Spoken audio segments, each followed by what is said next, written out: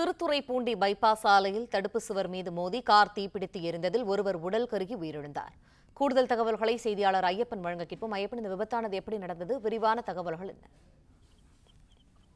வணக்கம். திருவாரூர் மாவட்டம் திருத்துறைப்பூண்டியிலிருந்து நாகப்பட்டினம் செல்லக்கூடிய கிழக்கு கடற்கரை சாலை என்பது வேளாங்கண்ணி, நாகூர் உள்ளிட்ட புனித ஸ்தலங்களுக்கும் நாகப்பட்டினம், காரைக்கால் உள்ளிட்ட துறைமுக நகரங்களுக்கும் செல்லக்கூடிய முக்கியமான சாலையாகும். இந்த பகுதியிலிருந்து திருச்சி மற்றும் வெளி மாவட்டங்கள், வெளி மாநிலங்கள், கேரளா உள்ளிட்ட வெளி மாநிலங்களில் வரக்கூடியவர்கள் அனைவருமே திருத்துறைப்பூண்டி இந்த சாலை வழியாகவே செல்லக்கூடியவர்களால் இது பரபரப்பான சாலையாகும். இன்று அதிகாலையில் புதிய பைபாஸ் ரவுண்டானா அருகே ஒரு சொகுசு கார் வந்தது. தடுப்பு சுவற்றில் மோதி தீப்பிடித்து எரிந்தது. இதனை கண்ட பொதுமக்கள் உடனடியாக தீயணைப்புத்துறைக்கும் காவல்துறைக்கும் தகவல் கொடுத்தனர். அதன் அடிப்படையில் வந்த தீயணைப்புத்துறையினர் காரை அணைத்து பார்த்தபோது அதில் ஓட்டுநர் இருக்கையில் ஒருவருக்கு உடல் கருகி இறந்த நிலையில் இருந்துள்ளார்.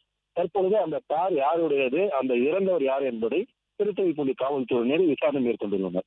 பிளே ஸ்டோர் மற்றும் ஆப் ஸ்டோரில் இருந்து பாலிமர் செயலியை QR கோடு மூலம் பதிவிறக்கம் செய்யுங்கள். செய்திகளை உடனுக்குடன் பெறுங்கள்.